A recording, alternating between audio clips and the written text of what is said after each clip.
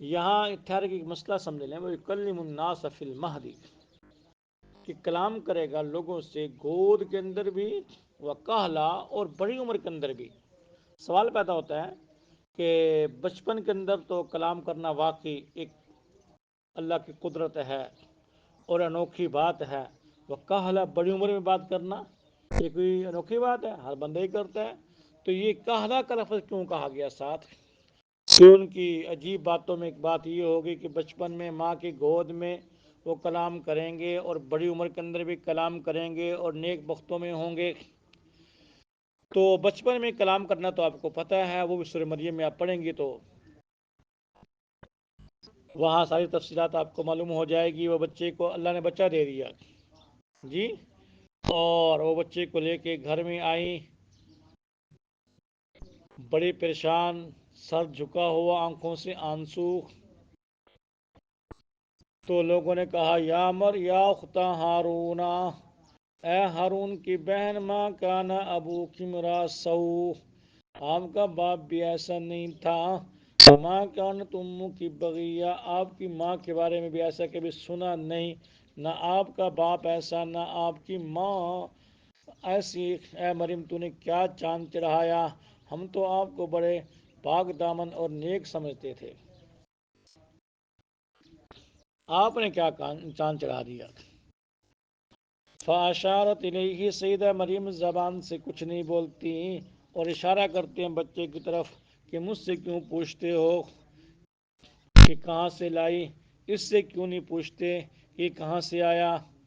قالوا کیف نکلم من کان فی المہد صبیا، کہنے لگی پگلی ہوگی مریم، ایک تو یہ چاند چڑھا دیا نعوذ باللہ، پھر آگے سے ہمیں پاگل بناتی ہو اور کہتی ہو اس بچے سے پوچھو، بھلا بچہ کیسے بولتا ہے۔ تبھی یہ بات ہی ہو رہی تھی، سیدنا مریم کے بیٹے سیدنا عیسیٰ نے سر اٹھایا اور ایسا کلام کیا کہ دنیا حیران رہ گئی۔ قال انی عبد اللہ، کہا لوگوں میری ماں کو پریشان نہ کرو، میں تو اللہ کا بندہ ہوں، آتانی الکتاب، اور عام بندہ نہیں ہوں، اللہ مجھے نبی بنائیں گے اور مجھے کتاب بھی عطا کریں گے، وجعلنی مبارکن، اللہ نے مجھے برکت والا بنایا جہاں بھی میں ہوں، مجھے نماز اور زکوٰۃ کی وصیت کی حکم دیا ہے، اور والدہ کے ساتھ وبرم بوالدتی، میری والدہ ہی ہے، باپ نہیں ہے، وبرم بوالدتی، والدہ کے ساتھ نیکی کا حکم دیا، مجھے بدبخت نعوذ باللہ اور شقی نہیں بنایا، مجھ پہ سلامتی ہو، جس دن میں پیدا ہوا، جس دن میں انتقال ہوگا، جس دن قیامت میں مجھے اٹھایا جائے گا۔ یہ عیسیٰ ابن مریم ہے تو یکلم الناس، بات کریں گے فی المہدی، بچپن میں تو بات ٹھیک ہے کہ بچپن میں کلام کیا، بڑا انوکھا کلام کیا، لیکن وہ کہلا بڑی عمر میں کلام کرنا، اس کا کیا مطلب ہے؟ تو اس کے دو مطلب ہیں، فی المہدی کہ وہ بچپن میں کلام کریں گے کا کہلا جیسے بڑے لوگ کرتے ہیں، بچپن میں ایسے کلام کریں گے، بعض بچے بھی ہوں ہاں کرتے ہیں نا، ابا اما کر لیتے ہیں، فرمایا ویسے نہیں ہوگا، فی المہدی بچپن میں کلام کریں گے، وہ کہلا جیسے بڑے لوگ کرتے ہیں، ایسی سمجھداری کی باتیں کریں گے۔ دوسرا مطلب یہ ہے فی المہدی کہ بچپن میں کلام کریں گے، کہلا اور بڑی عمر کے اندر بھی کلام کریں گے، ڈھیڑ عمر کے اندر کلام کریں گے۔ بچپن میں کلام کرنا تو یہ سمجھ میں آ گیا، اور جب ان کی جوانی تھی، جوانی کے بعد اللہ نے ان کو آسمانوں پہ اٹھا لیا، پھر دوبارہ آئیں گے تو اس وقت ڈھیڑ عمر ہوگی، بڑی عمر اس وقت ہوگی، تو فرمایا یہ بچپن کا کلام بھی ہوگا اور پھر ڈھیڑ عمر کا کلام بھی ہوگا، جو آسمانوں سے دوبارہ آ کے دنیا میں کریں گے، کیونکہ عیسیٰ اسلام فوت نہیں ہوئے، وہ بھی آسمانوں پہ موجود ہیں، قرب قیامت میں دوبارہ نازل ہوں گے۔ قالت رب انا یکون لی ولد، وہی بات دوبارہ آ گئی کہ عرض کی اے میرے پروردگار، انا یکون لی ولد، مجھے کیسے ہوگا بچہ، ولم یمسسنی بشر، اور مجھے چھوا نہیں کسی انسان نے۔ قال، فرمایا کذالک اللہ، ایسے ہی اللہ یخلق کو پیدا فرماتے ہیں، ما یشاء، جس کو چاہتے ہیں۔